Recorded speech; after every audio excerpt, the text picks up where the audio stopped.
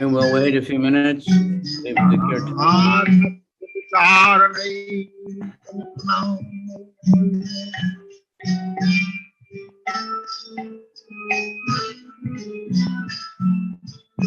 Sadharma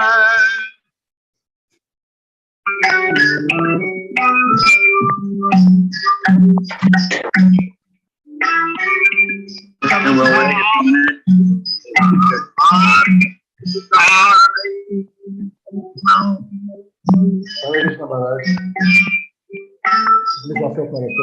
Hare Krishna, Dhanavat Pranam, Hare Krishna. Thank you.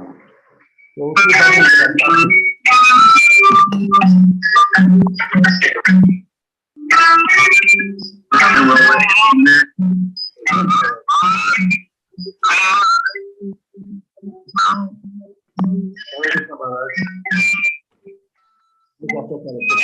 Hare Krishna, Dhanavat Pranam.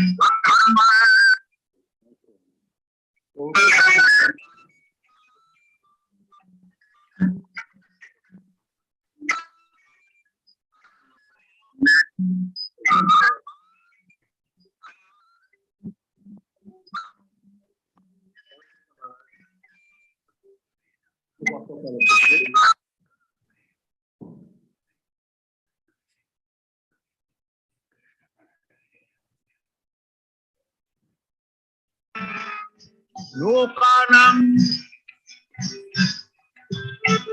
Hitokarinam Tribhupane Mannam Sarana Karo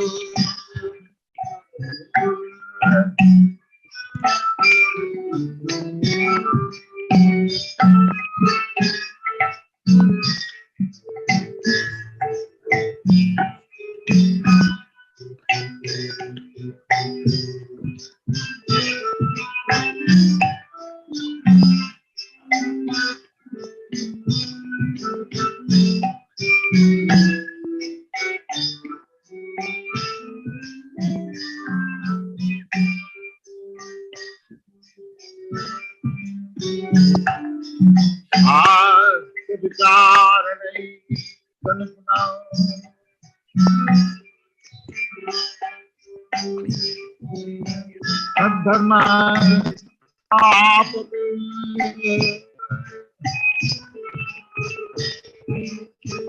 Lokana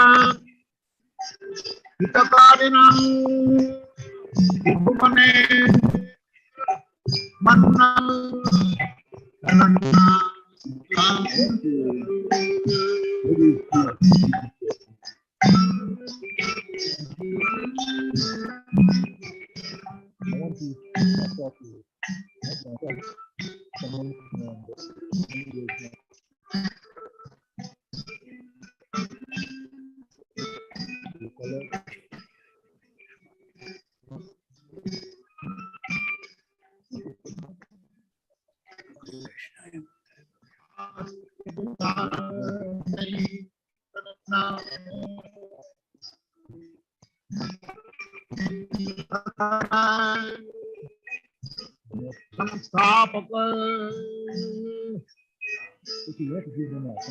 Lokana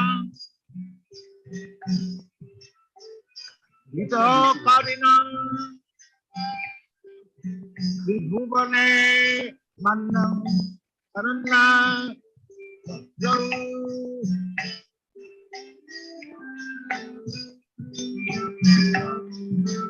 Sri Chaitanya Kripaparam Lokanam Hitokarinam Tribhupane Mannam Sarana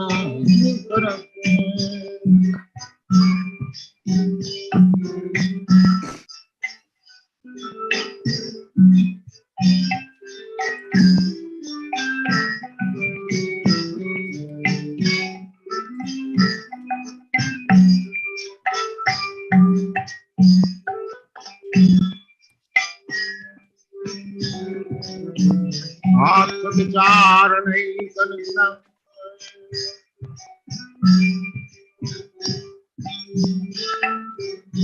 Tad-dharma samastapakam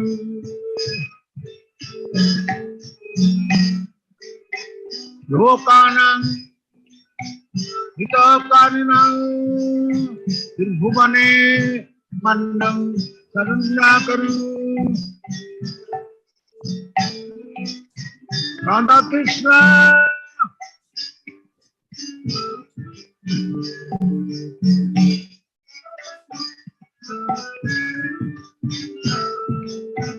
Radha Krishna Padara Vrindav Bhajanamritav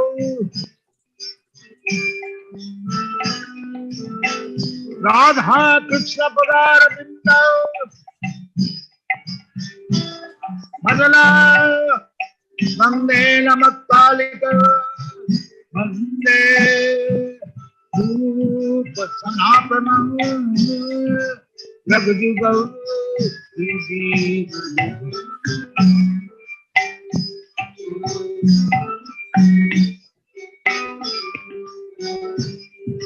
Visa Kitana Gana Matala Parau Prema Maniti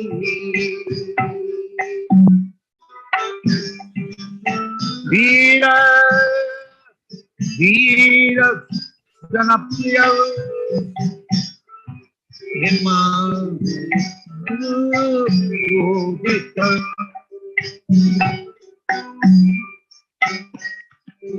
Sri Chaitanya Vaibhava Bhuvi Bhuva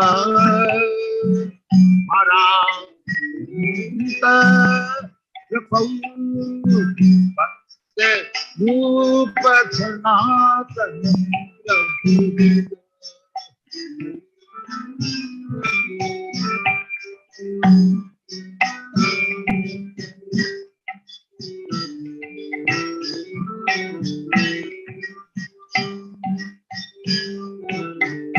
Vasudasudasure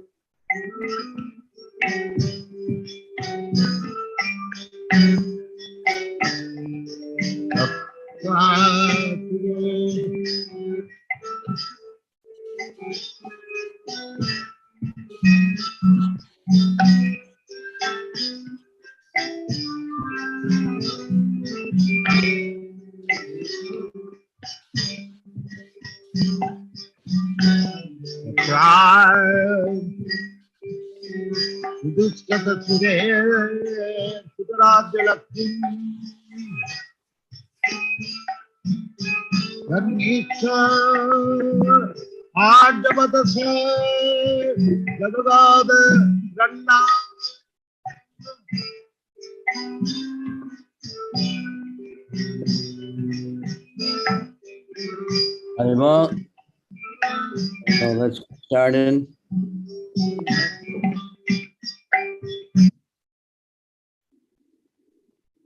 Vaibhava. Hare Krishna Maharaj. Yeah, where's that slideshow from? It's a proper that is badge and just clean on my system. Huh? It's a badge, it's a proper badge, and I'm playing on my system, so I'm sharing. Yeah, where did you find that slideshow though? It's from, it's actually on YouTube. I downloaded the. Send me the link. All right. Okay. I'll do that right away. Okay. Om Namo Bhagavate Vasudevaya.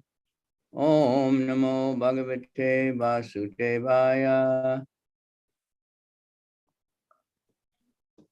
Om Namo Bhagavate Vasudevaya. So, Vaya. Om Namo Bhagavate.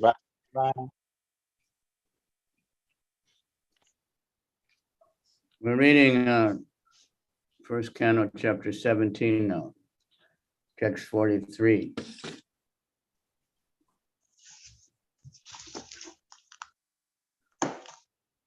still punishment and reward in the age of Kali.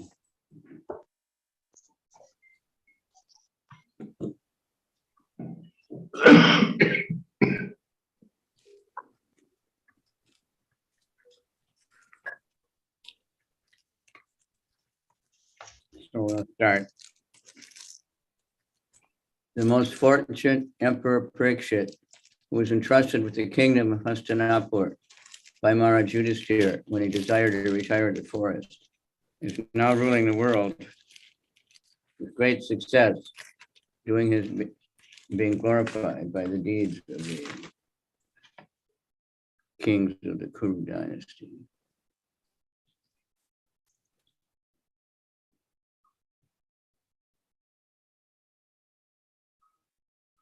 Report by His Divine Grace, A.C. Bhakti Swami Prabhupada. And remember that the purports are the most important thing. Everything's important. But like for us to know what the sloka means, we need Prabhupada's purport.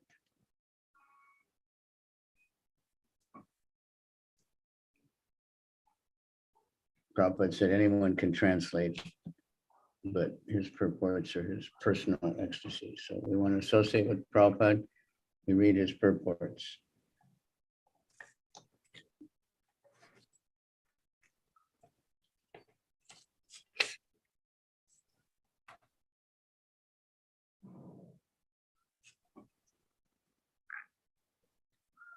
The prolonged sacrificial ceremonies undertaken by the sages at Naimisharanya were begun shortly after the demise of Maharaj Parikshit. The sacrifice was to continue for 1,000 years, and it's understood that in the beginning, some of the contemporaries of Baladev, the elder brother of Lord Krishna, also visited the sacrificial place. According to some authorities, the present tense is also used to indicate the nearest margin of time from the past. In that sense, the present tense is applied to the reign of Maharaj Parikshit here. For a continuous fact, also, present tense can be used. It's in the grammatical lesson here. The principles of Maharaj Parikshit can still be continued.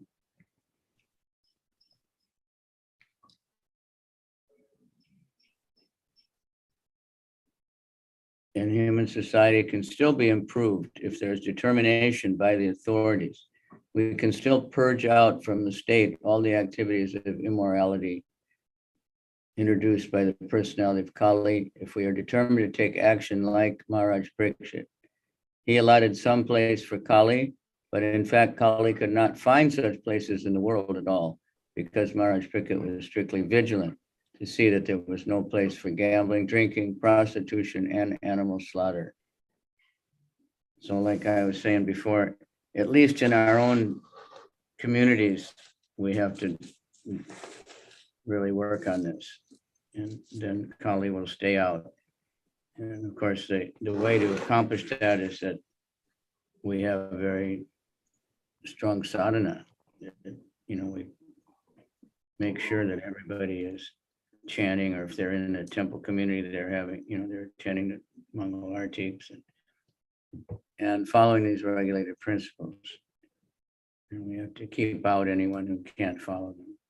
They can be congregation, they can be friends, but they can't be intimate associates. It has to be known that, of course, new people, they may have bad habits and we're encouraging them. So it's a tricky thing preaching. But the point is, we want to get these things out from society. We can't, you know, go and burn down the slaughterhouses and, you know, kill the prostitutes. Like there was a famous murderer in London a long time ago. They called him Jack the Ripper. And it took them a really long time to catch him. He would just go in the night, but he only killed prostitutes. And he thought he was he thought he was doing the work of God, to kill these sinful people. So that is not the way to do it. We have to do it by purifying the atmosphere with the holy name of the Lord. Okay. They want to issue licenses for gambling and shops selling wine and other intoxications, brothels, prostitution, and cinema houses. And they falsely in all dealings, even in their own. At the same time, they want to drive out corruption. They want the kingdom of God without God consciousness. How can that be possible? To adjust two contradictory matters. If we want to drive out corruption from the state, we must first of all organize society to accept the principles of religion, austerity, cleanliness, mercy. This is being repeated very often. These are some of the practical lessons. Then we can close these places, but first we have to purify the atmosphere a lot. And I've mentioned a few times that Prabhupada so often mentions this, the prostitute house, gambling house, all these things. And at the same time, he says the cinema house, the movies.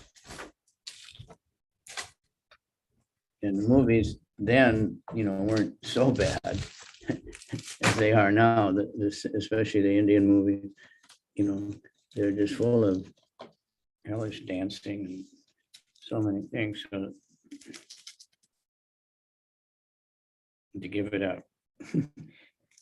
Maharaj Pickett, the son of Abhimanyu, is so experienced that by dint of his expert administration, the patronage has been possible for you to perform sacrifice.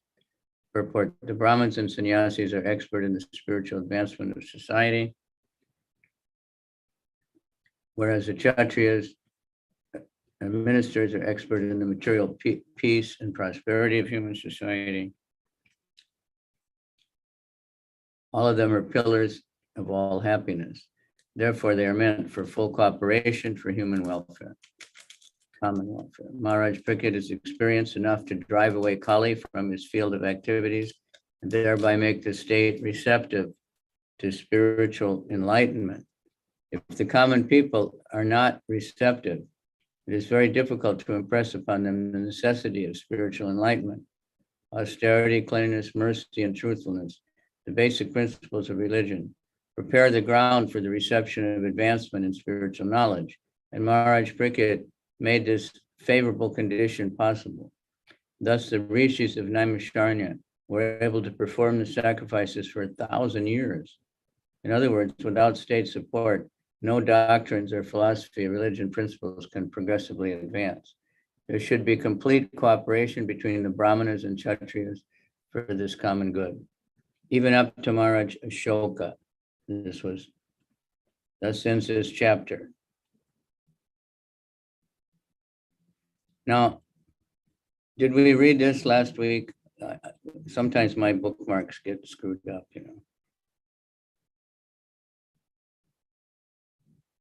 Yes, Maharaj. Actually, I think we were in text number 39. Who has a bookmark where we really left off? We stopped on text number 38 last week. Text what? 38. 38? Yes, Maharaj.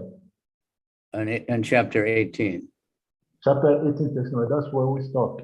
Okay, thank you. I don't know why this program for me is.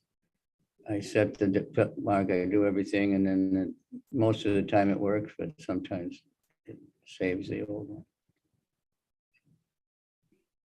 Okay, just now coming. Hare Krishna. These are all these really long purports.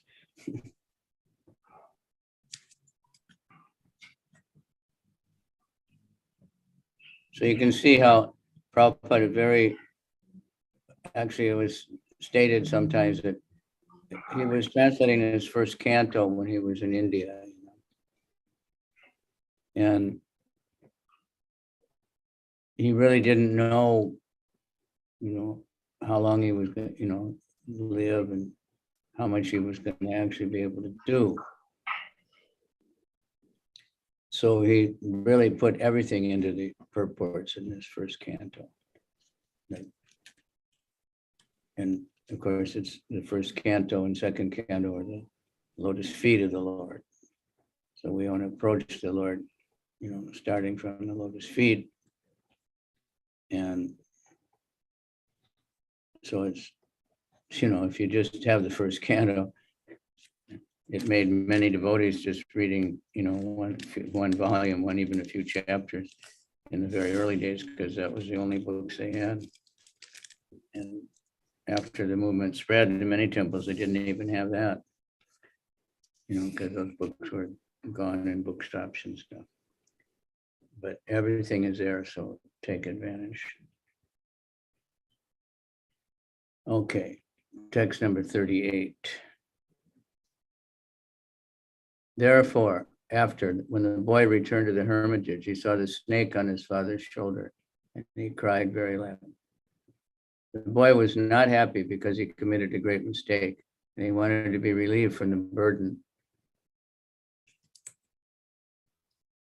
of his heart by crying.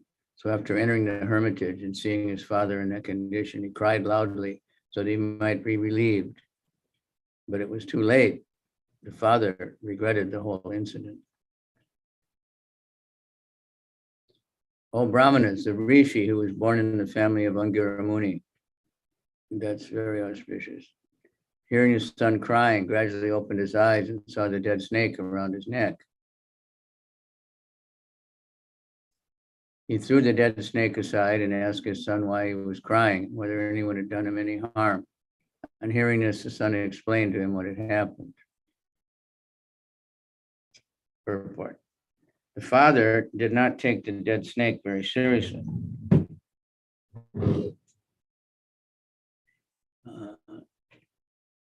He simply threw it away. Actually, there was nothing seriously wrong with Maharaj Parikshit's act, but the foolish son took it very seriously. And being influenced by Kali, he cursed the king and thus ended the chapter of happy history.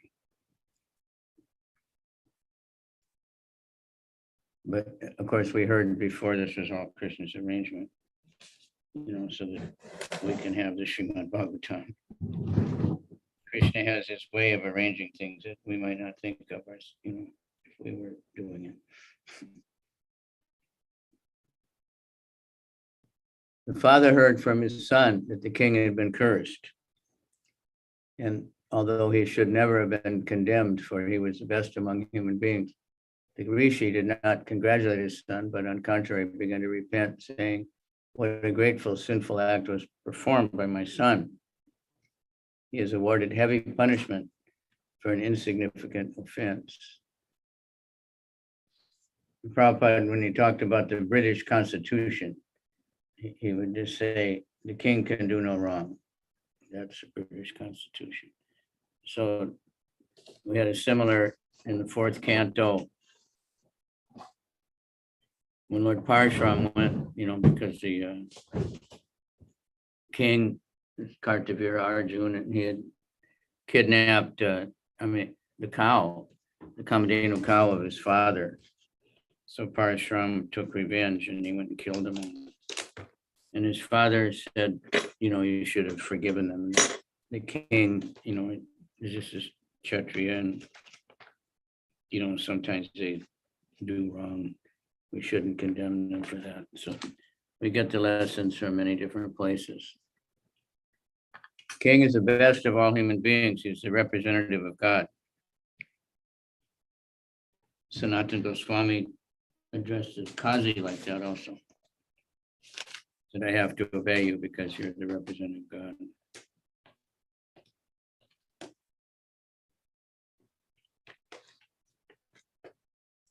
And he is never to be condemned for any of his actions. Of course, nowadays, government people, they're not, they're empowered, but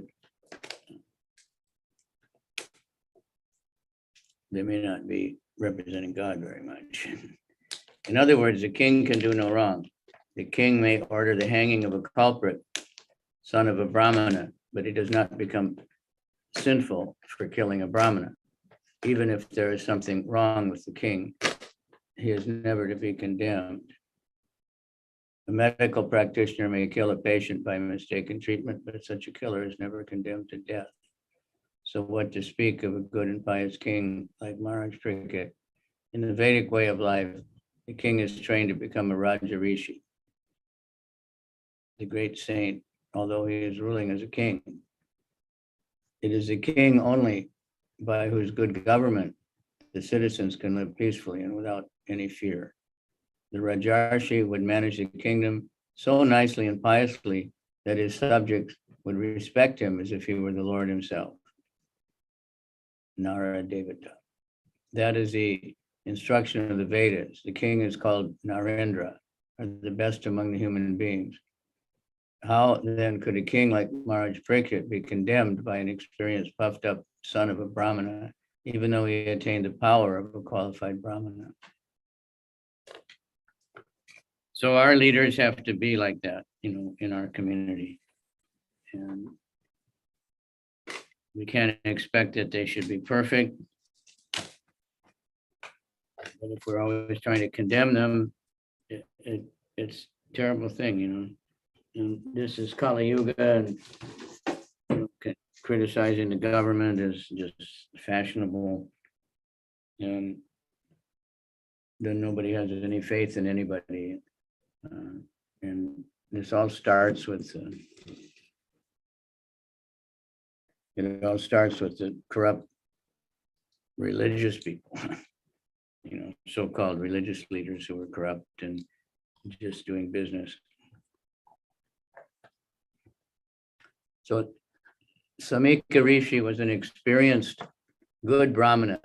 He did not approve of the actions of his condemned son. He began to lament for all that his son had done.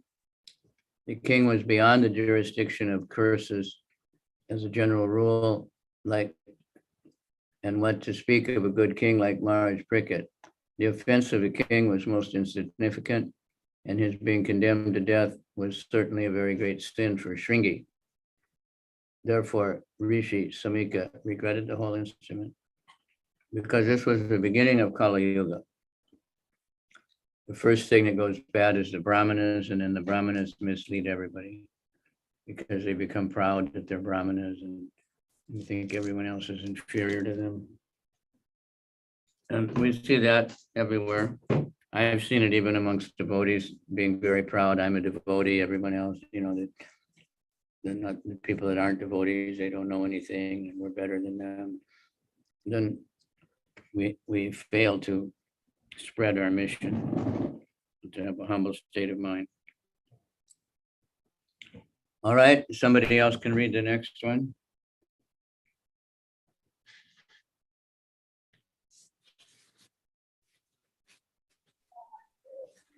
Hare Anybody?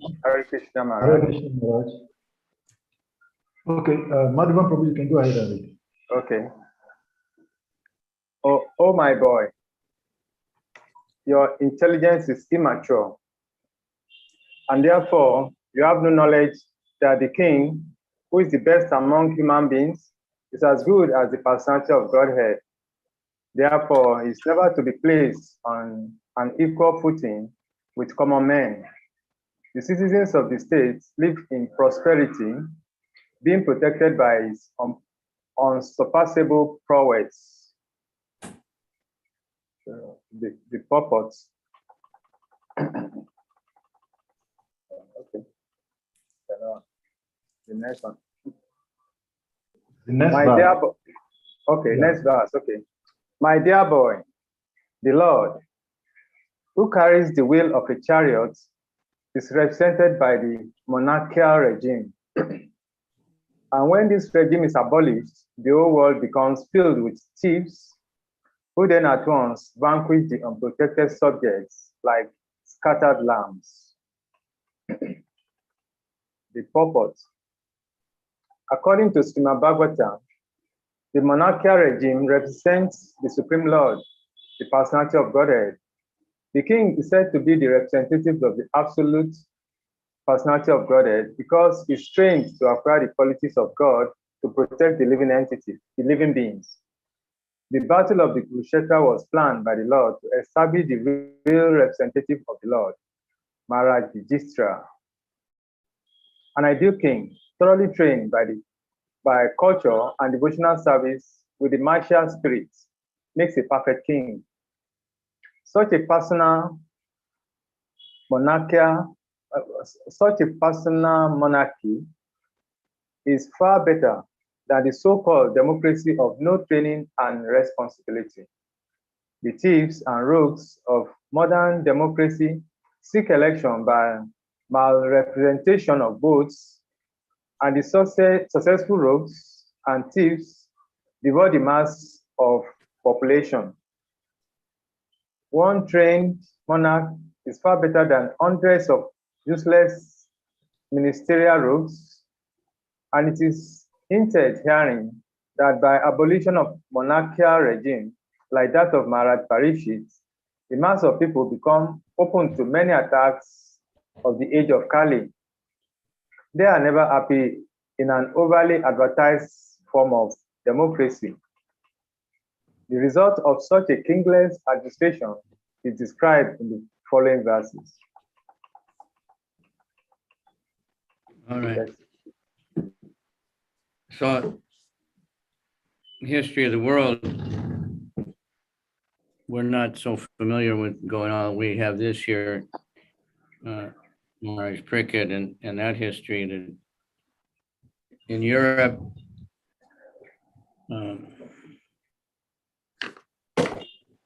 the church became very, very powerful, the Roman Catholic Church, and they were ruling everything. And the kings were subordinate to them, but they became very corrupt. And the priests were living, very opulent lives, not religious. So then the kings rebelled and rejected the church. Like started with England, he made his own church, where the king was in charge of the church. And then gradually they took over, thinking they're going to make better.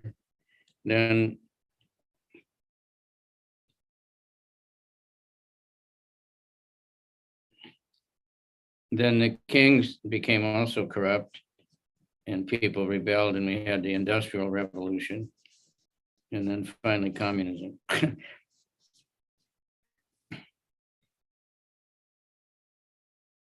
But the good king is the best. But the kings have to be trained. The good kings were trained their whole life. Even the conception was, very carefully planned, marriages and everything, so that they would be qualified. All right, next.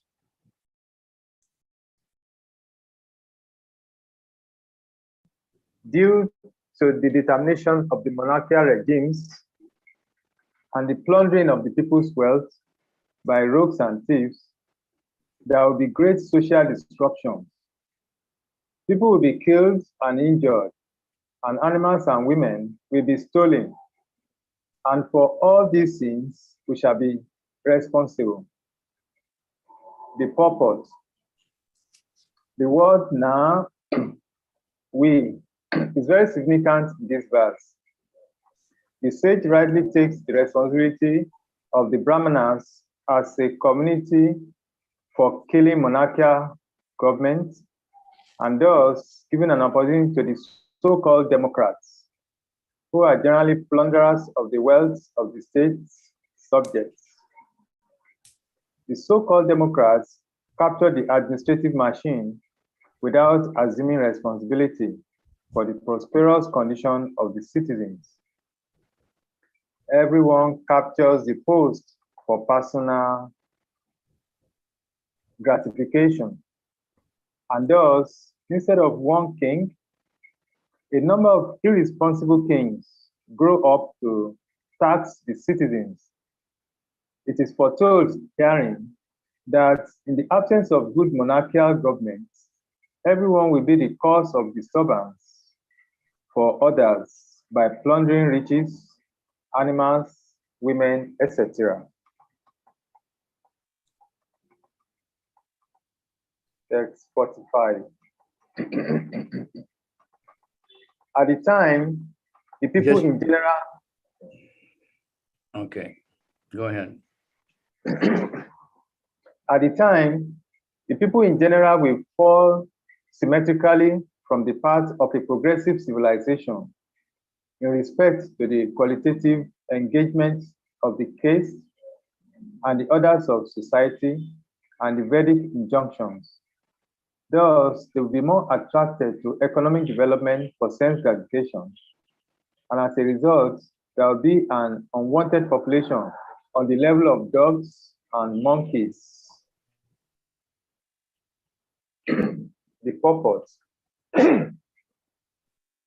It is foretold herein that in the absence of a monarchical regime, the general mass of the people will be an unwanted population, like dogs and monkeys.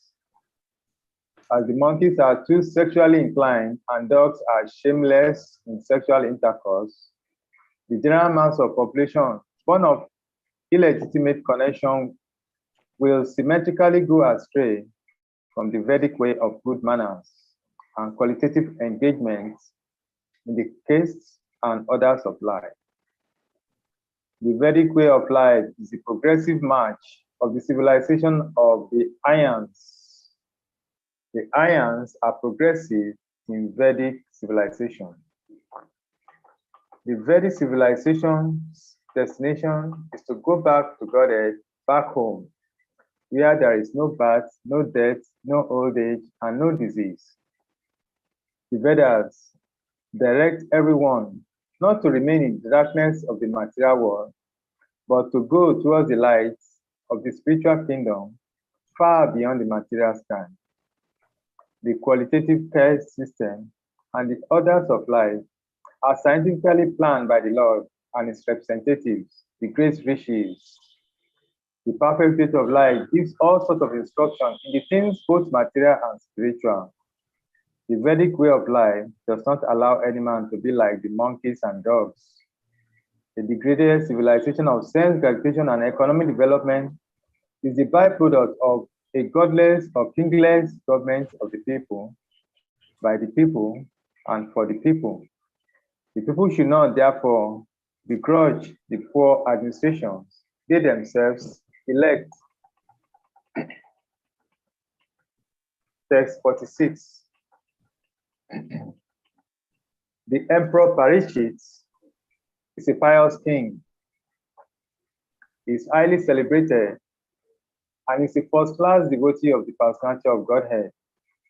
He is a saint amongst royalty, and he has performed many horse sacrifices.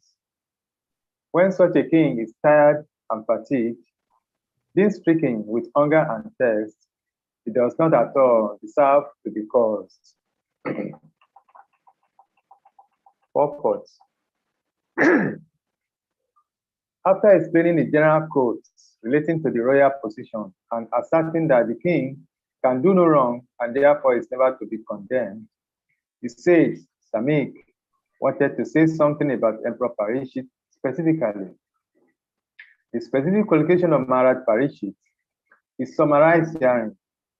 The king, even calculated as a king only, was most celebrated as a ruler who administered the religious principles of the royal order. In the Shastras, the duties of all castes and orders of society are prescribed. All the qualities of the Shastras mentioned in the Bhagavad Gita 1843 were present in the person of the emperor. He was also a great devotee of the Lord and a self-realized soul. Causing such a king, when he is tired and fatigued with hunger and thirst, was not at all proper. The Samik Rishi, thus admitted from all sides that Maharaj Parikshit was caused most unjustly. Although all the Brahmanas were aloof from the incidents, still for the childish action of the Brahmana boy, the whole world situation was changed. Thus the Rishi Samik Brahmana took responsibility for all deterioration of the good orders of the world. Okay, Text just 47. Okay. hold on. So Prabhupada says, like, how, if someone's elected in most countries, they can't be elected more than 2 times or something. So how Yeah. can they call themselves a king? Because they can be kicked out anytime. So they're not really very powerful. But and unfortunately, because of this democracy where the people elect, the people who don't know anything elect someone on whatever reason, mostly they spend all their time and money trying to get elected. And then they have to spend all their energy and hopefully that they can get reelected or something, or they can collect as much money as they can before they're out of office. So it's not like a king who's a king and he's qualified, really qualified. Now we have these demon crazy, Prabhupada calls it. They just campaign, and in America they spend billions of dollars, on television ads and everything. And it's just a comedy of promises that they never keep, but everyone still keeps hope, that somebody's going to be good. And even if they are good, they'll get kicked out of power. And we're hopefully learn here, and we can start out with our society, our community, that we have these kind of principles, and so we're trying to train leaders. We want to train the young people, sincere devotees, to be good leaders. But the first thing, Pariksit was a great devotee. He spent so much time in Vrindavan. He worked with Brajanabha, the great grandson of Krishna, and they installed like 108 deities. And he laid out the parikrama of the 12 forests of Vrindavan. He was absorbed in Vrindavan also, even though while he was managing the whole world, not an ordinary person. Okay, someone else, next one, 47.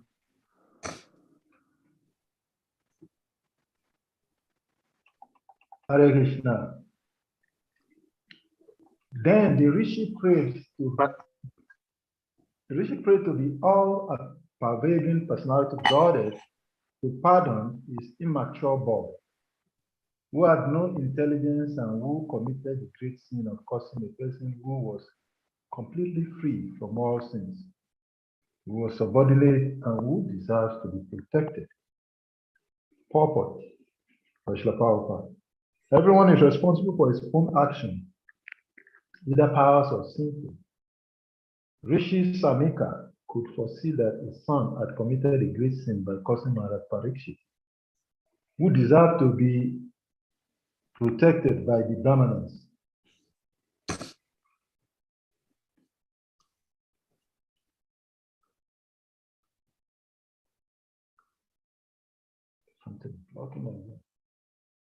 For he was a pious ruler and completely free from all sins because of his being a first-class devotee of the Lord. When an offense is done unto the devotee of the Lord, it is very difficult to overcome the reaction. The Brahmanas being at the head of the social orders are meant to give protection to their subordinates and not to curse them. There are occasions when the Brahmana may furiously cause a subordinate Kshatriya or Vaishya, etc. But in the case of Maharaj Parikshit, there was no grounds. As already explained, the foolish boy had done it out of sheer vanity in being a Brahmana's son, and thus he became liable to be punished by the law of God. The Lord never forgives the person who condemns his pure devotee. Therefore, by causing a king, the foolish Singhi had committed not only a sin but also the greatest offense. Therefore, the rishis could foresee that only the Supreme Personality of Godhead could save his boy from a sinful act. He therefore directly prayed for pardon from the Supreme Lord who alone can undo a thing which is impossible to change. The appeal was made in the name of a foolish boy who had developed no intelligence at all. A question may be raised herein that since it was the desire of the Lord that Parikshit Maharaj be put into the awkward position so that he might be delivered from material existence, then why was a Brahmana's son made responsible for this offensive act? The answer is that the offensive act was performed by a child only so that it could be excused very easily, and thus the prayer of the father was accepted. But if the question is raised why the Brahmana community as a whole was made responsible for allowing Kali into the world appears, the answer is given in the Vara Purana that the demons who acted inimically towards the personality of God but were not killed by the Lord were allowed to take birth in the families of Brahmanas to take advantage of the age of Kali. The all-merciful Lord gave them chance to have their births in the families of pious Brahmanas so that they could progress towards salvation. But the demons, instead of utilizing the good opportunity, misused the Brahmana culture due to being puffed up by vanity in becoming Brahmanas. The typical example is the son of Samika Rishi, and all the foolish sons of Brahmanas are warned hereby not to become as foolish as Shringi and to be always on guard against the demoniac qualities which they had in their previous births. The foolish boy was, of course, excused by the Lord, but others who may not have a father like Samika Rishi will be put into great difficulty if they misuse the advantages obtained by birth in a Brahmanica or a Brahmana family. Text number 40. That's quite interesting, huh? Yeah, very interesting. And so it's still going on. The Brahmanas, they made this caste system and, you know, they put themselves like, you know, as absolutely perfect and just exploit everybody, make a business out of, you know, yajnas, you know, so many things that are going on in the world. And it's not just the, you know, the Hindu Brahmins and the priests everywhere in every religion. That's why Jesus, you know, broke up the temple and everything, because they were selling animals for sacrifice in the temple and gambling. And, you know, the translation in the Bible, it says that the money changers, but, you know, a money changer is usually just the Forex. That's not so bad, but they're talking about gambling. They're doing everything right in the temple. So he was condemning this corruption, so they killed him because he was hurting their business. Prabhupada was criticized for, you know, preaching openly to everyone. The Brahmin said it can be only Brahmanas, and Lord Chaitanya, same thing. And be careful that that doesn't creep into our society. Sometimes we have devotees, you know, becoming proud that I'm a Brahmana and someone else is not initiated, or my guru is better than your guru. The same mentality can pervade everywhere, so we have to be very careful to constantly read the Bhagavatam so we know what's right. Any comment? Yeah. I wanted to ask a question in this line of thought of Srila Prabhupada. The Supreme Personality of Godhead is said to be the all-knowing. He knows the present, past, future. And the Lord is giving the demons in the previous birth to take opportunity to take birth in the Brahmana family so that they can be delivered. But someone could ask a question. So the Lord not knowing that these demons will misuse the opportunity given to take birth in the Brahmana, thereby causing so much pain in this age. Because he is all knowing, he knows what is going to happen, but yet he gave them this opportunity, and then now they misuse the opportunity of becoming a Brahmana and then causing the age of Kali to descend. Yeah, well, because the Kali Yuga has to happen, so that's just another way that Krishna arranged for the Kali Yuga to happen.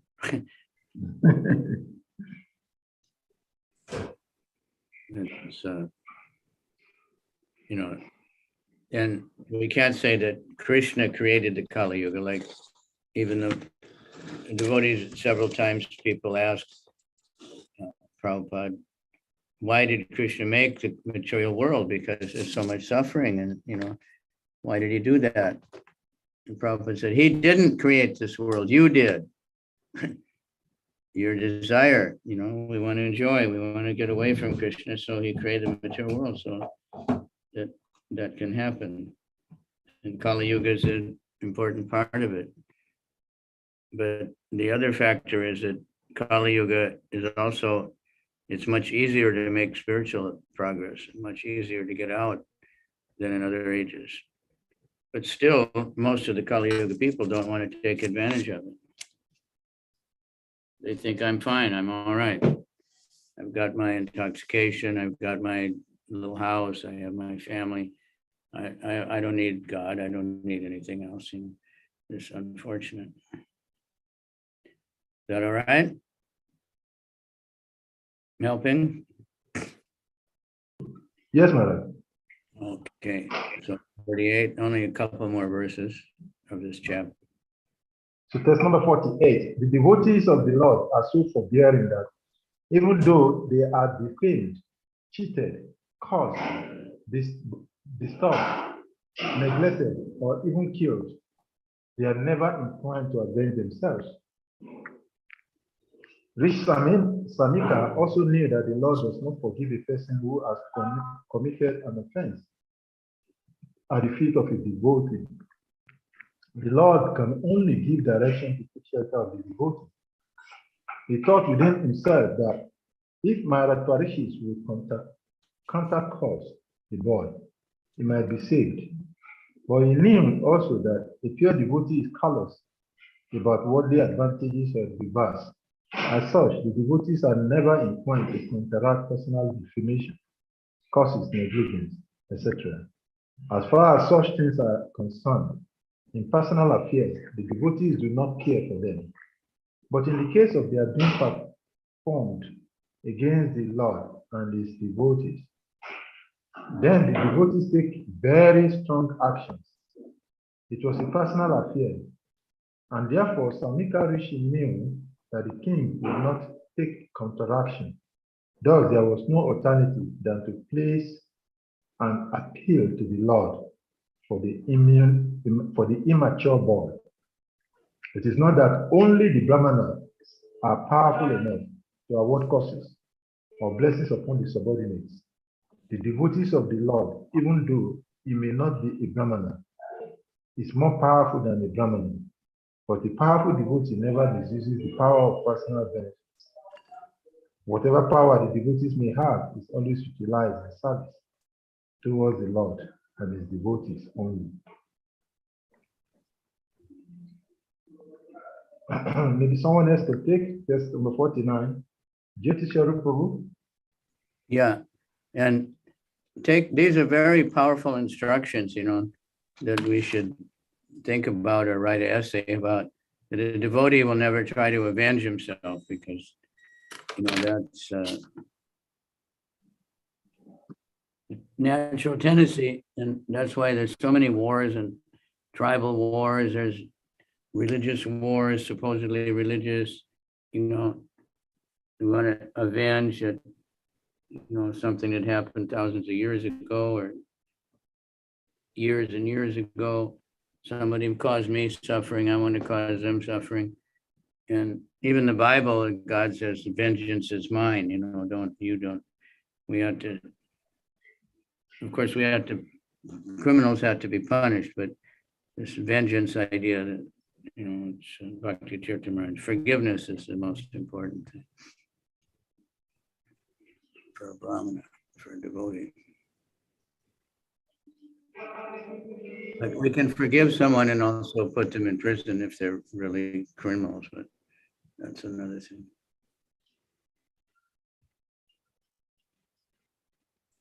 The sage does, you got someone else to read this one now? Yes, Ready? Yes, Maharaj, I can read. Yes. Okay, text 49, translation. The sage does regret the sin committed by his own son. He did not take the insult paid by the king very seriously. Purport.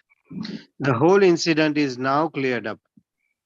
Maharaj Parikshit's garlanding the sage with a dead snake was not at all a very serious offense, but Shringi's cursing the king was a serious offense. The serious offense was committed by the foolish child only. Therefore, he deserved to be pardoned by the Supreme Lord. Although it was not possible to get free from the sinful reaction, Maharaj Parikshit also did not mind the curse offered to him by a foolish Brahmana. On the contrary, he took full advantage of the awkward situation, and by the great will of the Lord, Maharaj Parikshit achieved the highest perfection of life through the grace of Srila Sukhitiv Goswami. Actually, it was the desire of the Lord and Maharaj Parikshit. Rishi Samika and his son Shringi were all instrumental in fulfilling the desire of the Lord. So none of them were put into difficulty because everything was done in relation with the supreme reason, the supreme person. Text 50, translation. Generally, the transcendentalist, even though engaged by other in the dualities of the material world, are not distressed, nor do they take pleasure in worldly things, for they transcendentally engaged. Purport. The transcendentalists are the empiric philosophers, the mystics, and the devotee of the Lord. Empiric philosophers aim at the perfection of merging into the being of the Absolute. Mystic aim at the perceiving the all-pervading supersoul. And the devotee of the Lord are engaged in the transcendental loving service of the personality of Godhead. Since Brahmana, Paramatma, and the Bhagavan are different faces of the same transcendence, all these transcendentalists are beyond the three modes of material nature.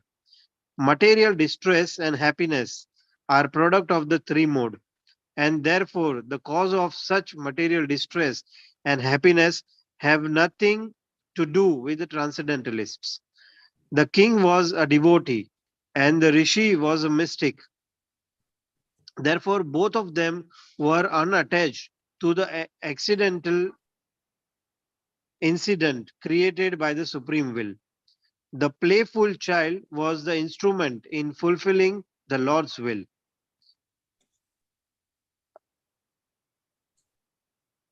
Maharaj, can I continue? Yeah, so there's the thing that it's the Lord's will, that's your question. It's hard to Yeah. understand. Why does Krishna make, but everything has to be there. There are different seasons, like they just keep going around and around. There's winter, there's summer, like here in America, we get winter is very severe. And now it's, the end of April, but still it's only 13 or 14 degrees according to centigrade. But we're thinking it's very warm after the winter, but then it'll get very hot. So why? But that's, somehow that's what we need to get purified. You have rainy season, you have this season, that season. There's so many anomalies.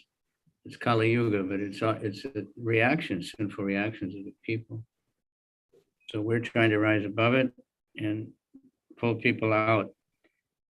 Duty of devotees is to get people out from the Kali Yuga, get them to chant the holy name and then give up the sinful activities one by one, all by all at once if possible. But some sinful activities are easier for people to give up. So we encourage them at least give up gambling or give up meat eating. More people are inclined for that in some countries.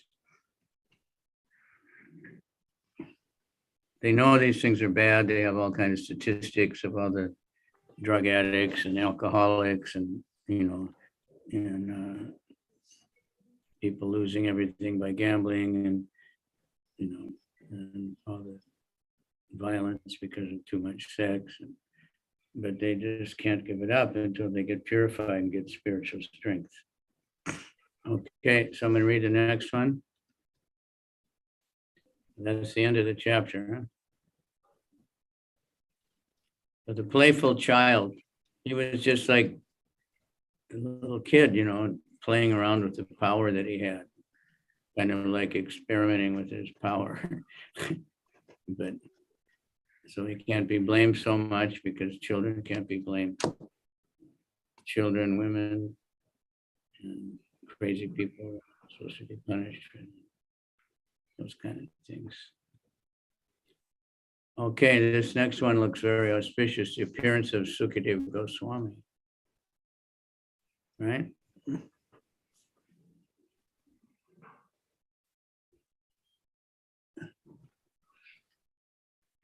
Okay. Somebody read?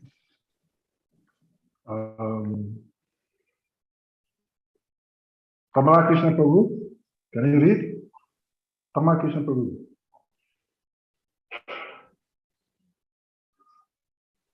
Hare Krishna. Hare Krishna Prabhu. Yeah, I'll go.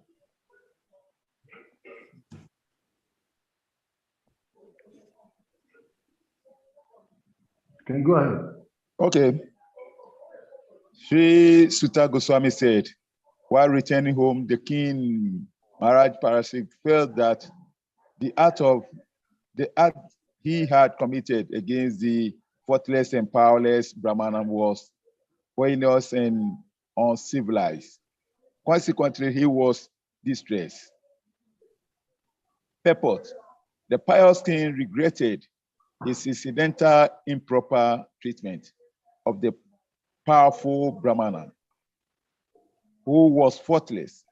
Such repentance is natural for a good man like the king.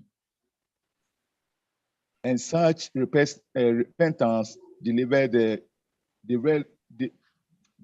a devotee from all kinds of sinful incidental committed. The devotees are naturally faultless. Accidental sins committed by a devotee are sincerely regretted. And by the grace of the Lord, all sins unwillingly committed by a devotee are burnt in the fire of repentance. Chapter 2. Text 2. Text 2. King Parash's thought, due to my neglecting the injunctions of the Supreme Lord, I must certainly expect some difficulty to overcome me in the near future. I now desire without reservation that the calamity comes now, for in this way I may be freed of the sinful actions, and not commit such an offense again. Purport: the Supreme Lord enjoins that Brahmanes and cows must be given all protection. The Lord is himself very much inclined to do good to Brahmanes and cows. Go Brahmanes, Hitayacha.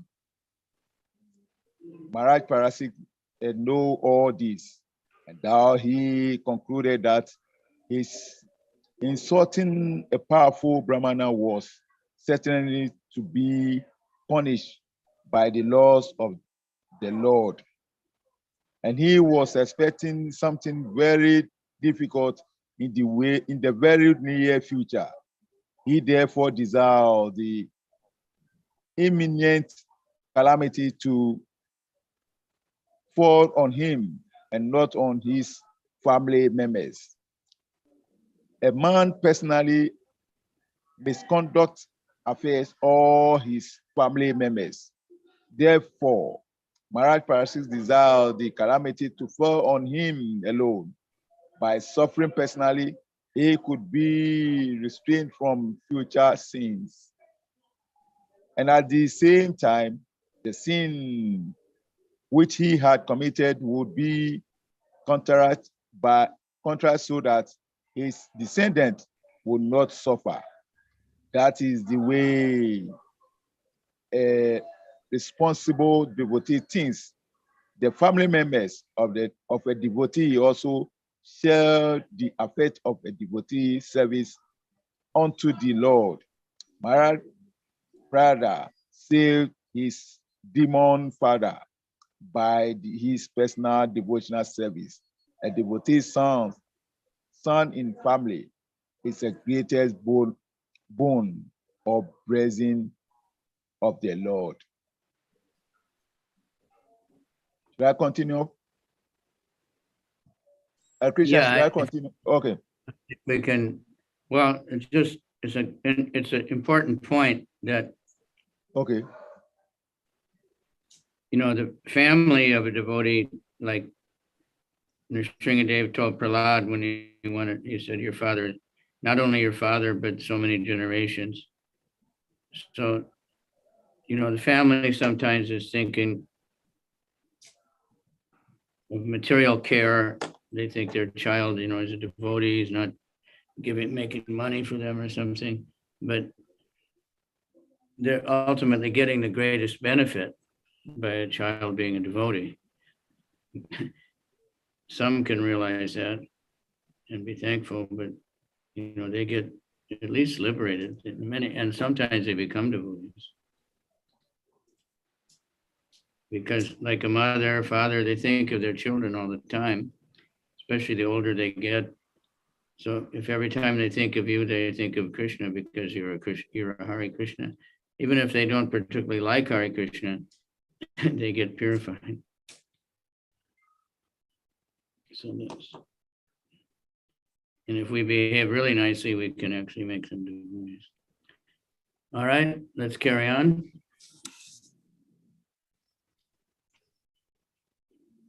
Text 3, right?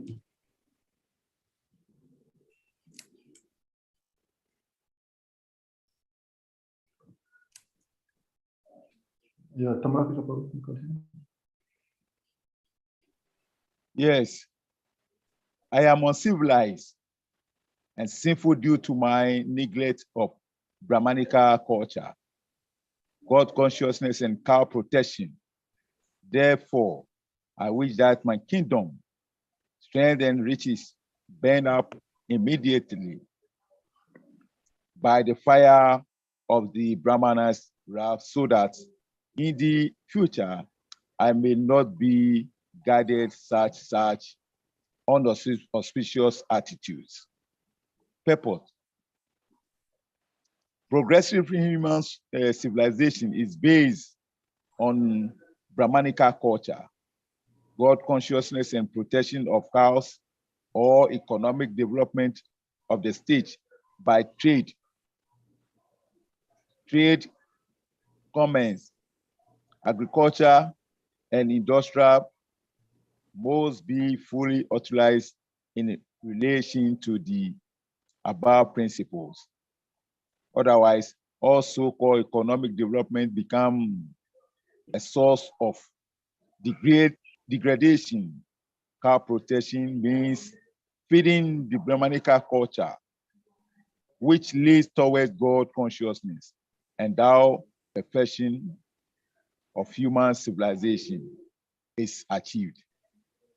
The age of Kali aims at killing the higher principles of life, the ultimate. And although Maraparasi's strength resisted the diminution of the personality of Kali within the world, the influence of the age of Kali comes at an opportune opportune moment, and even a strong king like Maharaj Parasik was endorsed to disregard the Brahmanica culture due to the strength provocation of hunger and taste. Maharaj Parasik lamented the incidental incident, and he desired that all the kingdom, strength and accumulation of wealth would be bent up for not being engaged in Brahmanica culture, etc. Where wealth and strength are not engaged in the advancement of Brahmanica culture, God consciousness and cow protection, the state and home are surely doomed by providence. If we want peace and prosperity in the world, we should take lesson from this verse.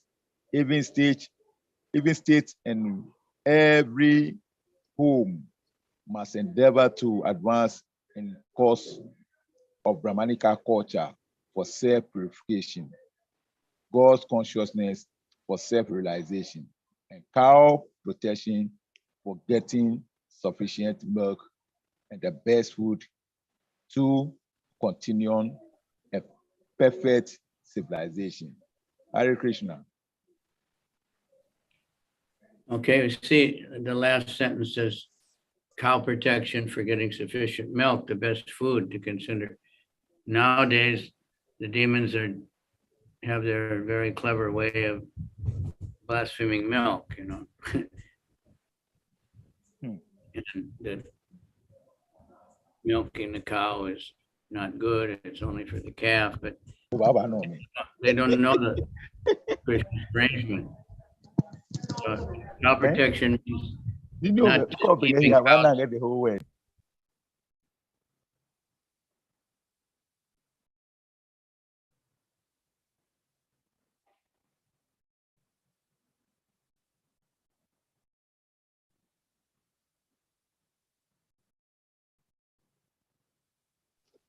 Hare Krishna, please. Maharaj is muted. Please check.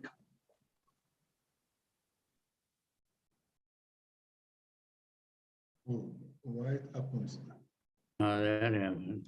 Sorry, Maharaj. I was meeting Tamala Krishna Prabhu because I was speaking with someone, and I don't know why. Okay, anyway, so Cricket here is showing, you know, humility, very similar to Yudhisthira. After the battle, he was blaming himself. You know, it's because of me that all these people have been killed and I'm no good, I'm bad. So it's humility, you know. So he's condemning himself, but he's showing us also, you know, humility. So I was thinking, like, when we have in our community someone misbehaving, we have to deal with them accordingly, but also the leaders should think, what are we doing wrong that people are not behaving properly? You know, what can we do to make things better? Not just blame the other people, you know, because none of us are perfect, but we want to make it atmosphere so nice that people who are corrupt and don't want to follow, they won't come. And those who are wanting to get purified, they will come. Okay, who will want to read next? Shitra Prabhu, can you read?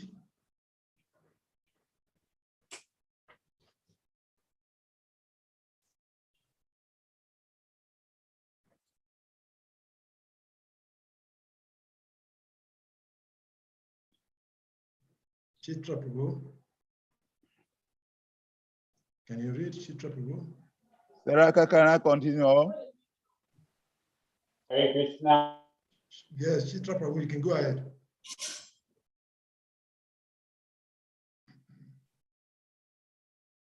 Yeah.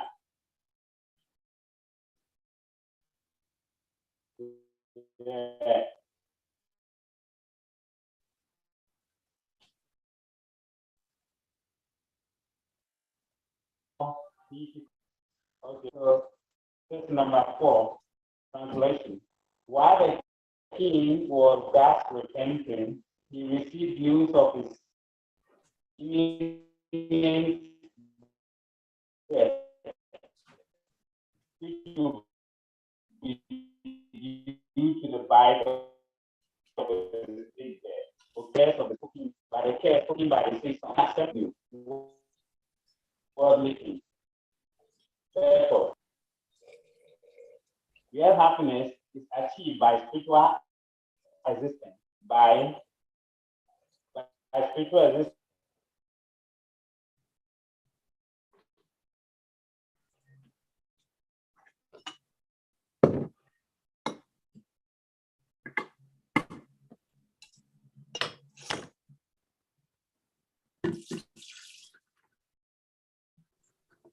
One can stop the repetition of birth and death only by going back in the material world, and in the material world, even by attaining the topmost planet, Brahmaloka. One cannot get rid of the conditions of repeated birth and death. But still, we do not accept the path of attaining perfection.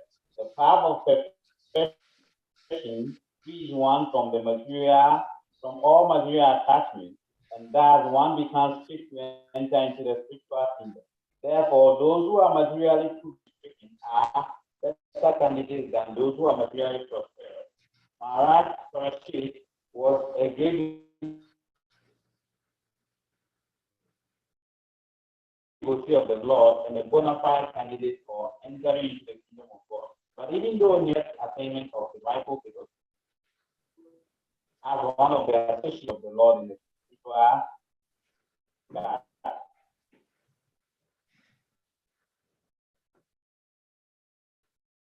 as a devotee of the Lord, he could understand that the casting of the Brahmana boy, although unwise, was only a test, political and social. Samika Muni also, after rejecting the incident, conveyed the news of the king as a matter of duty so that the king could prepare himself to go back to Godhead. Samika Muni sent news to the king that foolish Shringi, his son, of Brahmana boy, unfortunately, has misused his spiritual power by cursing the king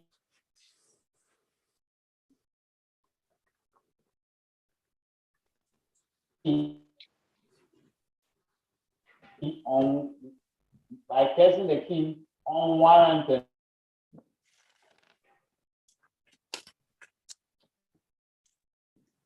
Chitra Prabhu, we're not hearing you clearly. Might be a connection. Yeah. Instead of the king,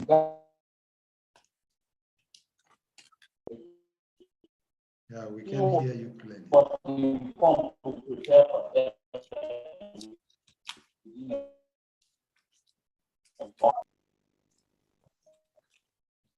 Okay, maybe someone else can help assist while you work on your network, because it's not clear. The incidence of the king's garlanding the money was not sufficient cause for being caused to death. But since there was no way to retract the cause, the king was informed to prepare for death within a week. Both Samika Muni and the king were self-realized souls. Samika Muni was a mystic, and Maharaj Parij was a devotee. Therefore, there was no difference between them in self-realization. Neither of them was afraid of meeting death. Maharaj Parishit could have gone to the Muni to beg his pardon, but the news of imminent death was conveyed to the king with so much regret by the Muni that the king did not want to shame the Muni further by his presence there. He decided to prepare himself for his imminent death and find out the way to go back to Godhead. The life of a human being is a chance to prepare himself to go back to Godhead or to get rid of the material existence. The repetition of birth and death. Thus, in the system of Varnashram Dharma, every man and woman is trained up for this purpose. In other words, the system of Varnashram Dharma is known also as Sanatana Dharma, or eternal occupation. The system of Varnashram Dharma prepares a man for going back to Godhead, and thus a householder is ordered to go to the forest as Vanaprastha to acquire complete knowledge and then to take science prior to his inevitable death. Parikshit Maharaj was fortunate to get a 7-day notice to meet his inevitable death. But for the common man, there is no definite notice, although death is inevitable for all. Foolish men forget these sure facts of death and neglect the duty of preparing themselves for going back to Godhead. They spoil their lives in animal propensities to eat, drink, be merry, and enjoy.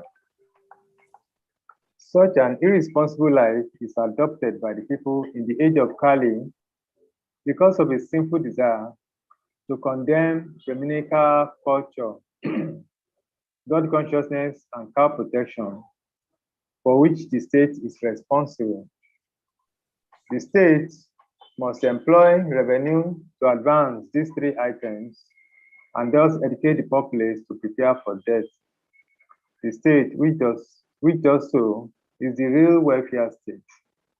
The state of India should better follow the examples of Maharaj Parikshit, the ideal executive head, than to imitate other materialistic states, which have no idea of the kingdom of Godhead, the ultimate goal of human life. The deterioration of the ideals of Indian civilization has brought about the deterioration of civic life, not only in India, but also abroad. Text 5. Translation.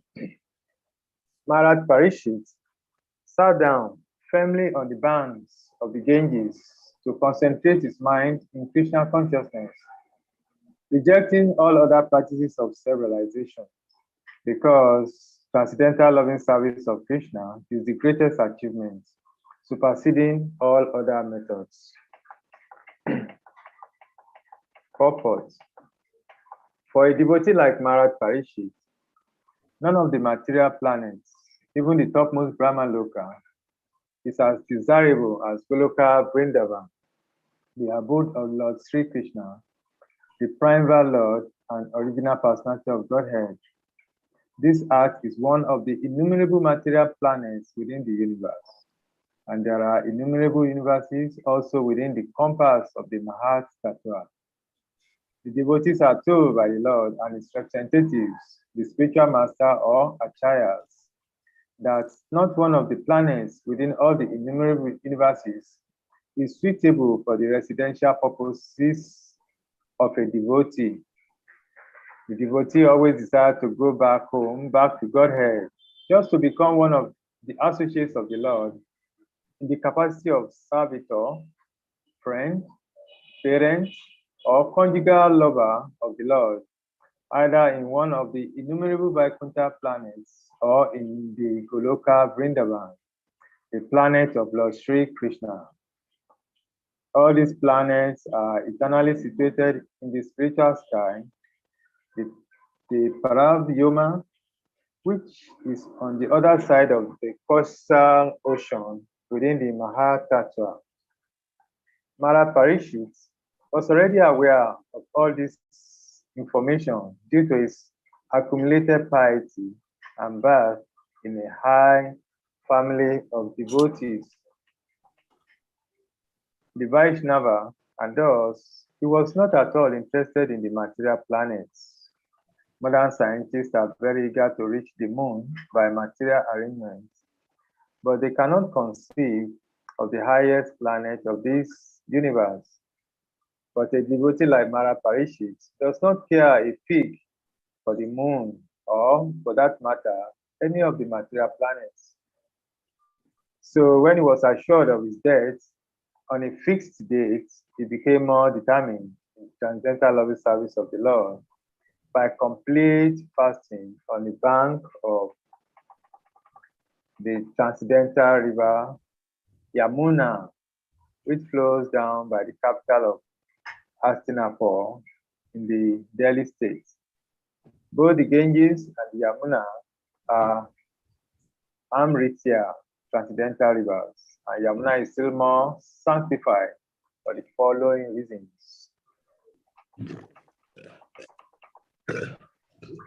Text 6.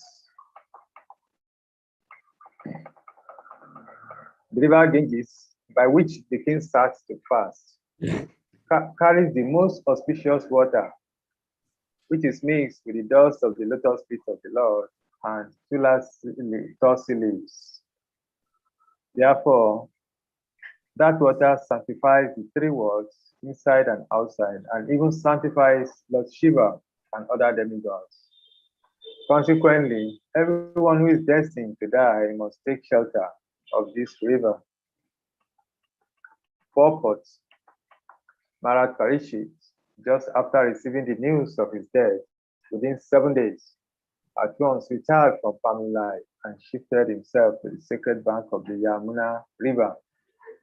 Generally, he said that the king took shelter on the banks of the Ganges, but according to Srila Jiva Goswami, the king took shelter on the banks of the Yamuna. Sri Jiva Goswami's statement appears to be more accurate because of the geographical situation. Mara Parishit resided in his capital Hastinapur, situated near present Delhi, and the river Yamuna flowed down past the city. Naturally, the king would take shelter of the river Yamuna because he was flowing past his palace door. And as far as sanctity is concerned, river Yamuna is more directly connected with Lord Krishna than the Ganges.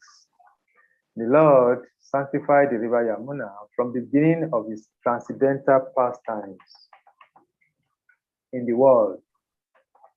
While his father Vasudev was crossing the Yamuna with the baby, Lord Krishna, for a safe place at Kukula, at the other bank of the river from Mathura, the Lord fell down in the river, and by the dust of his lotus feet, the river at once became sanctified. It is especially mentioned herein that Mara Parishit took shelter of that particular river, which is beautifully flowing, carrying the dust of the lotus feet of the Lord Krishna mixed with two tulsi leaves.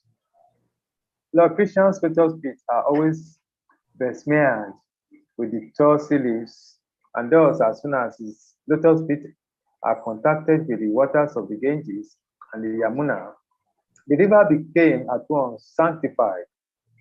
The Lord, however, contacted the river Yamuna more than the Ganges.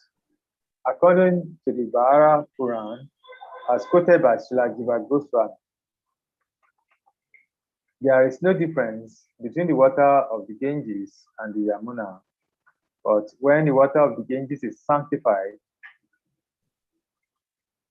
it's sanctified 100 times, it is called Yamuna. Similarly, it is said in the scripture that 1,000 names of Vishnu are equal to one name of Rama, and 3 names of Lord Rama are equal to one name of Krishna. Text 7. Also, that when these names are combined in the Maha Mantra, Hare Krishna, Krishna Krishna, Hare Hare, Hare Rama, Rama Rama, Hare Hare, it becomes especially more potent.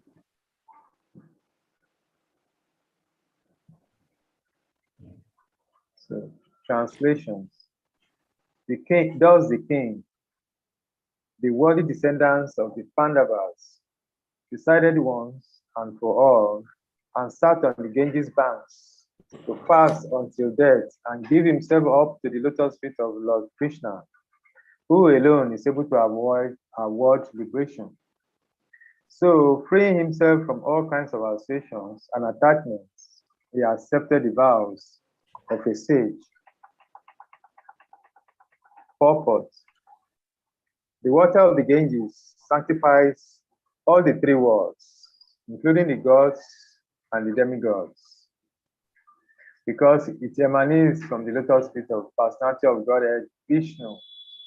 Lord Krishna is the fountainhead of the principles of Vishnu Tattva, and therefore shelter of his lotus feet can deliver one from all sins, including an offense which was committed by the king unto a Brahmana. Maharaj Parikshit, therefore, decided to meditate upon the lotus feet of Lord Sri Krishna, who is Mukunda, or the giver of liberation of all description. The banks of the Ganges or the Yamuna give one a chance to remember the Lord continuously. Maharaj Parikshit freed himself from all sorts of material association and meditated upon the lotus feet of Lord Krishna. And that is the way of liberation. To be free from all material association means to cease completely from committing any further sins. To meditate upon the lotus feet of the Lord means to become free from the effects of all previous sins. The conditions of the material world are so made that one has to commit sins willingly or unwillingly. And the best example is Maharaj Parikshit himself, who was a recognized sinless pious king. But he also became a victim of an offense, even though he was ever unwilling to commit such a mistake. And he was cursed also, but because he was a great devotee of the Lord, even such reverses of life became favorable. The principle is that one should not willingly commit any sin in his life, and should constantly remember the lotus feet of the Lord without deviation. In such a mode, only the Lord will help the devotee to make regular progress towards the path of liberation, and thus attain the lotus feet of the Lord. Even if there are accidental sins committed by the devotee, the Lord saves the surrendered soul from all sins, as it is confirmed in all scriptures. Sapadamunam Vajantam Prayasya Chachayavyas Ari Paresa Vikamaya Chu Patitam Katanchit Dunoti Sabam Stani Vistaha. That's Bhagavatam 11:5-42. Text 8. Just a minute now, this verse from the Bhagavatam, I'm just going to look it up since it's mentioned and there's not a full translation. Okay. One who has thus given up all other engagements and taken full shelter of the lotus feet of Hari, the Supreme Personality of Godhead, is very dear to the Lord. Indeed, if such a surrendered soul accidentally commits some sinful activity, the Supreme Personality of Godhead, who is seated within everyone's heart, immediately takes away the reaction to such sins. It's just an important lesson, but also it says accidentally. The Sahajas, they take advantage of this and think that because I'm a devotee or because I'm chanting, it's counteracting all the sins so that I'm free to sin as much as I want. I'll just counteract it, by chanting or by doing some yajna. Or, Christians think they'll confess, whatever. That's more sinful, more of great offense. But we don't condemn someone who, due to past bad habits or something, they do something wrong. If they're trying to not do wrong and they're lamenting and they're trying to be good. Yeah. Same thing, chanting. We're trying to chant without offense. Prabhupada said it took him 40 years, so it should, for me, maybe take 4 million years. Okay, number 8, different reader.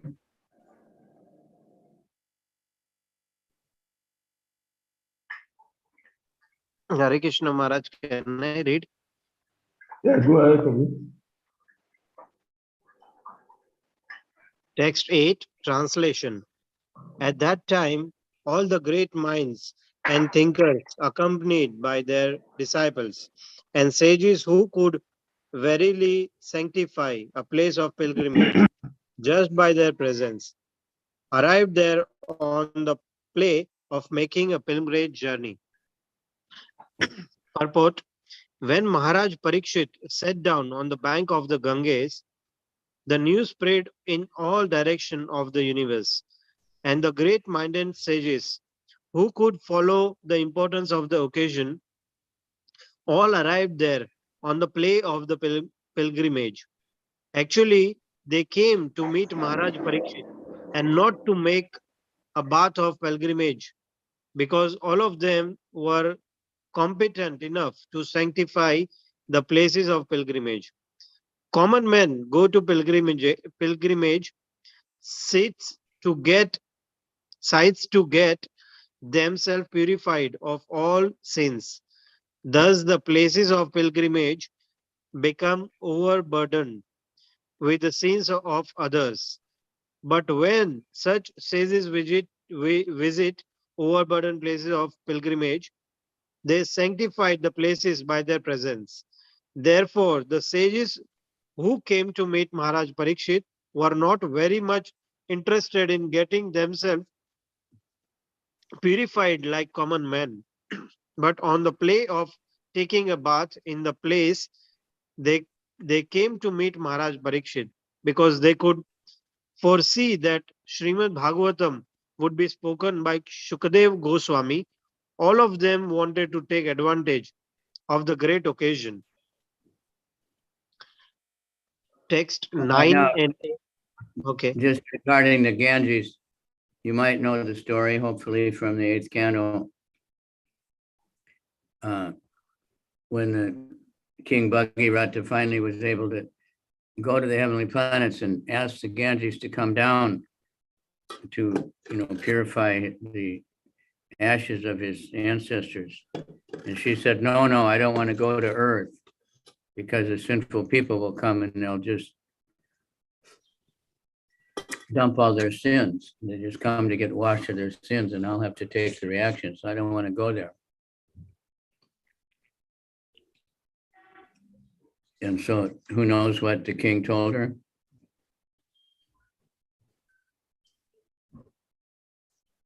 How did he convince her to come anyway? Anybody?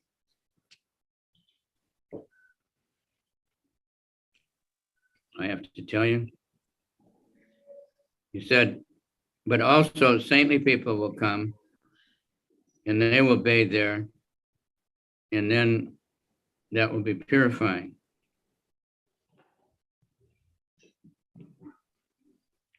So that's the thing. So like when devotees go for pilgrimage, like they just had a Jaipataka Maharaj's safari. They had like a online, mostly everybody just remembering the safaris.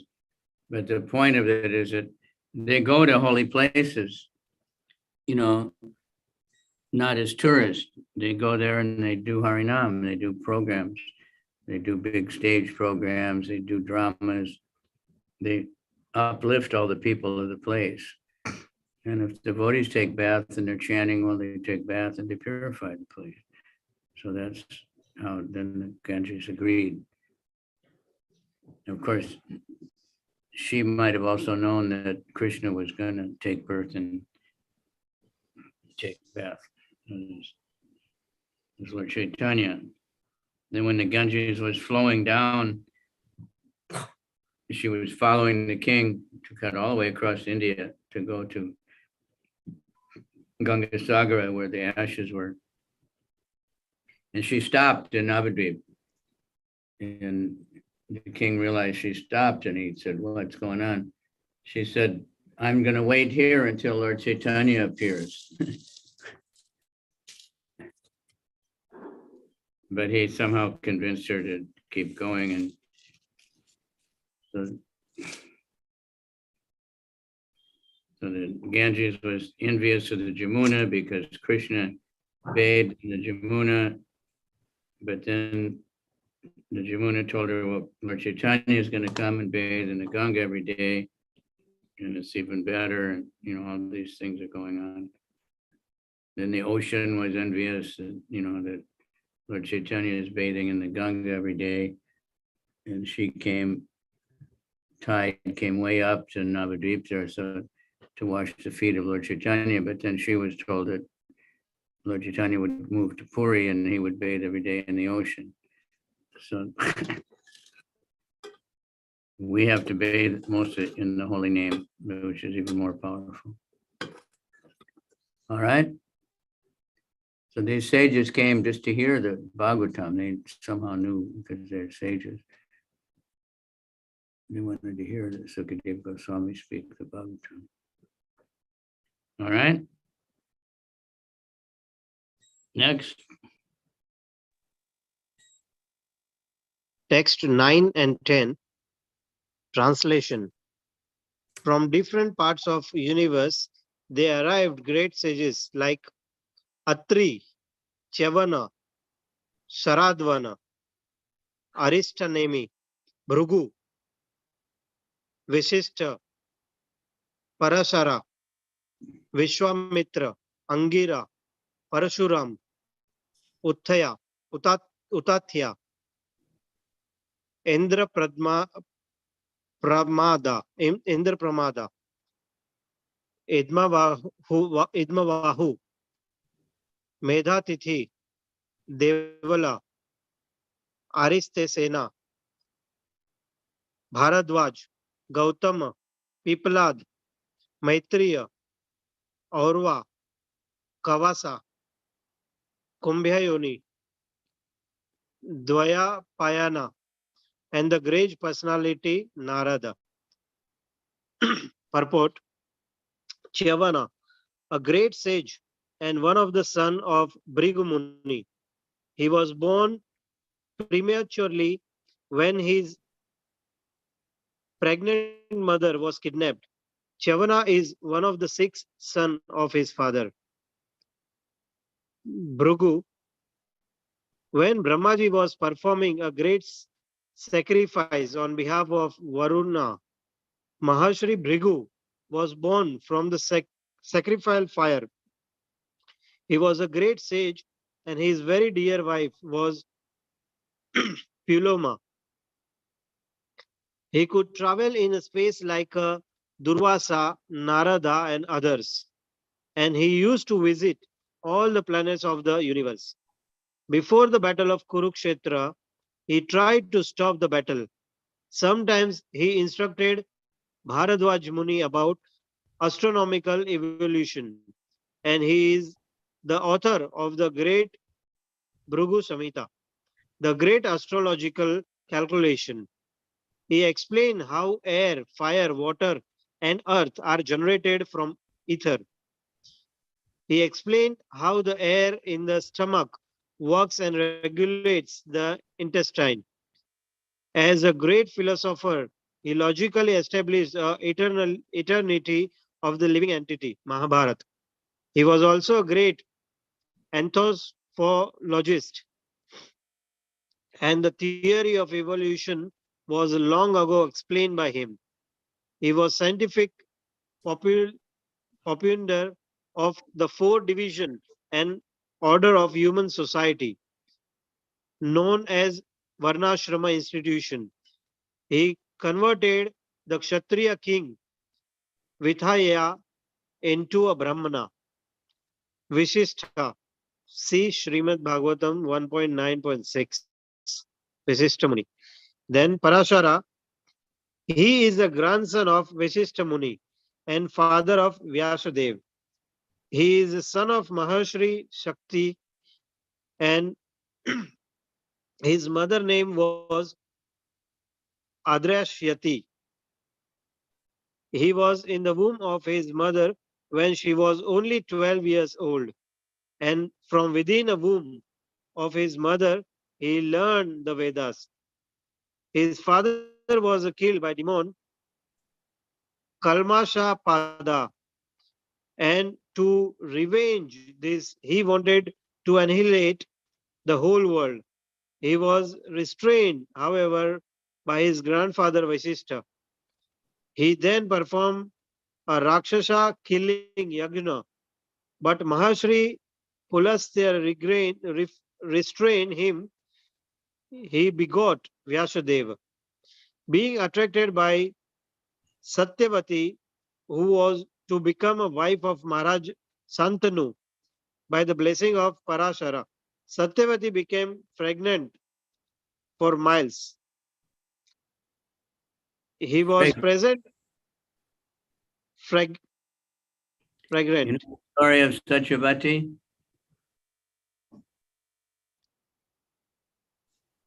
Anybody know? Satyavati. You want to hear it? Yes, Maharaj. She was a baby. She was a princess, daughter of a king. Somehow she was kidnapped by some witch that was flying, and then she was dropped and swallowed by a fish. And then the fisherman caught her, the king of the fishermen, and he raised her as his daughter. When he cut open the fish, he found this baby in there. And so she was extremely beautiful and wonderful in every way, but she had a very strong smell like fish. So when this Parasara Muni, who was a great, renunciate, he came to the river and he needed to get across. So she took him in the boat and he became very enamored by her beauty. And he had this urge to produce a child, which he understood to be a divine urge because it wasn't lust or anything. And they stopped on an island and she was, doubting. He said, your virginity will be preserved. And somehow he gave her the child Vyasadeva, who immediately was grown up and left home. But he said, whenever you call me, I will come. And then the sage gave her the benediction that she had a very wonderful fragrance that spread for miles, not fishy. Then later, she married the king. And when they needed children, after the sons died, then she called Vyasadeva and he came and he impregnated the wives of the princes, and that's how we got Dhritarashtra and Pandu and Vira.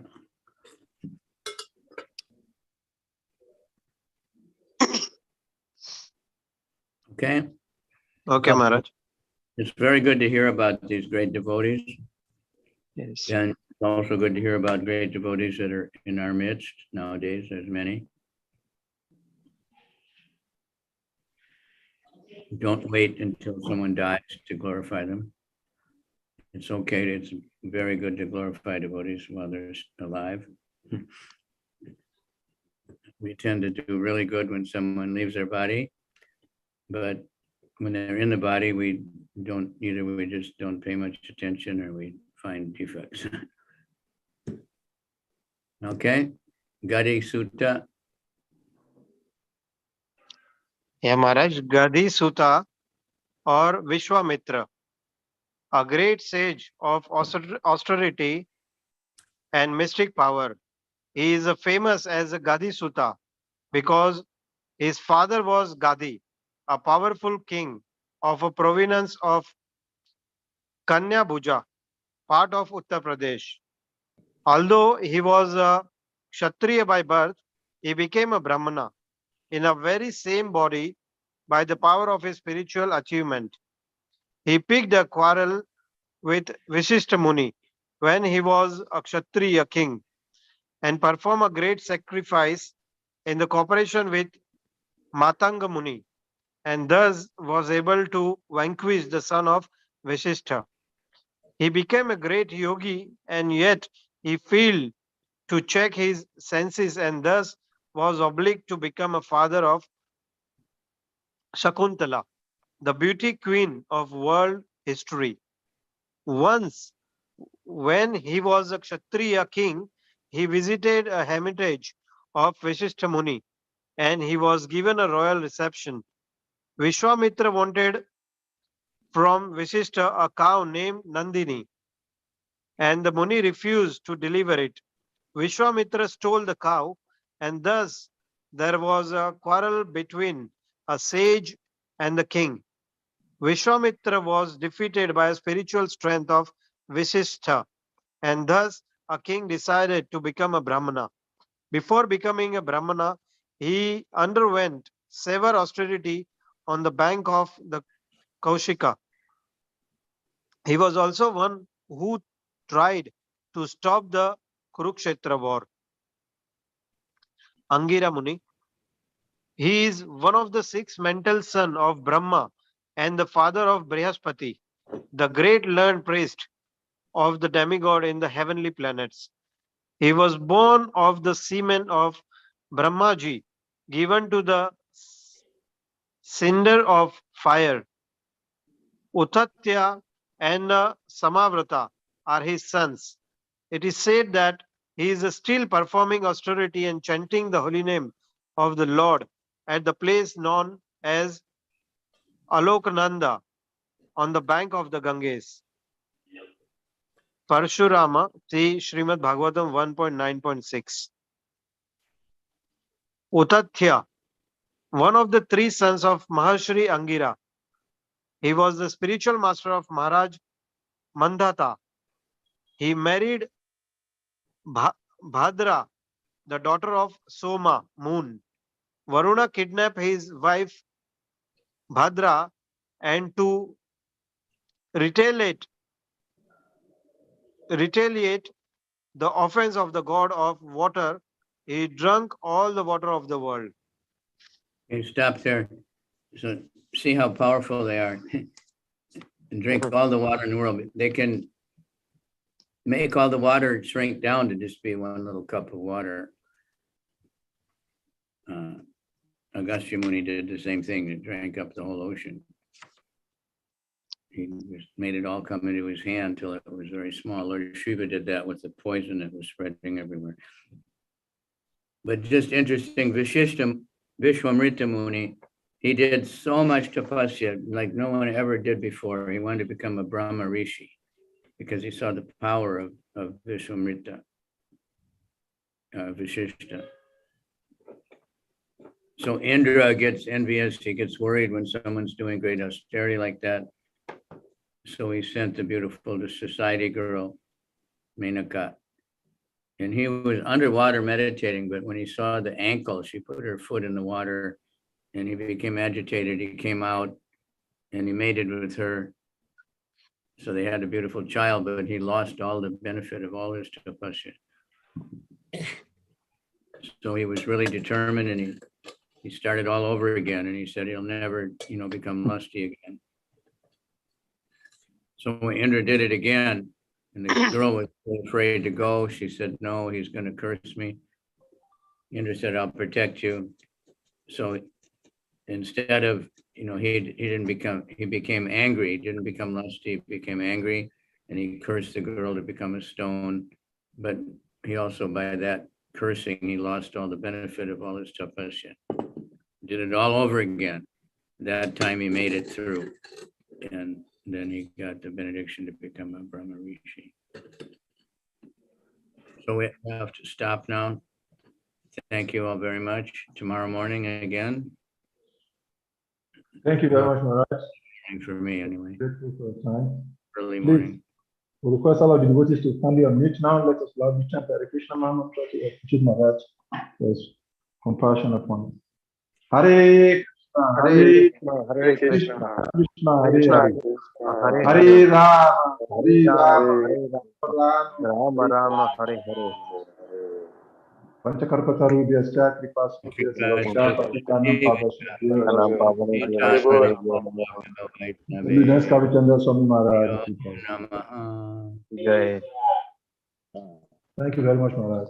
Okay, thank you, and study this over again, because there's so much, this is really full of amazing guidance for our life and our personal life and our society, these chapters. Thank you, Maharaj. Go around. Thank you. I have to run, leave.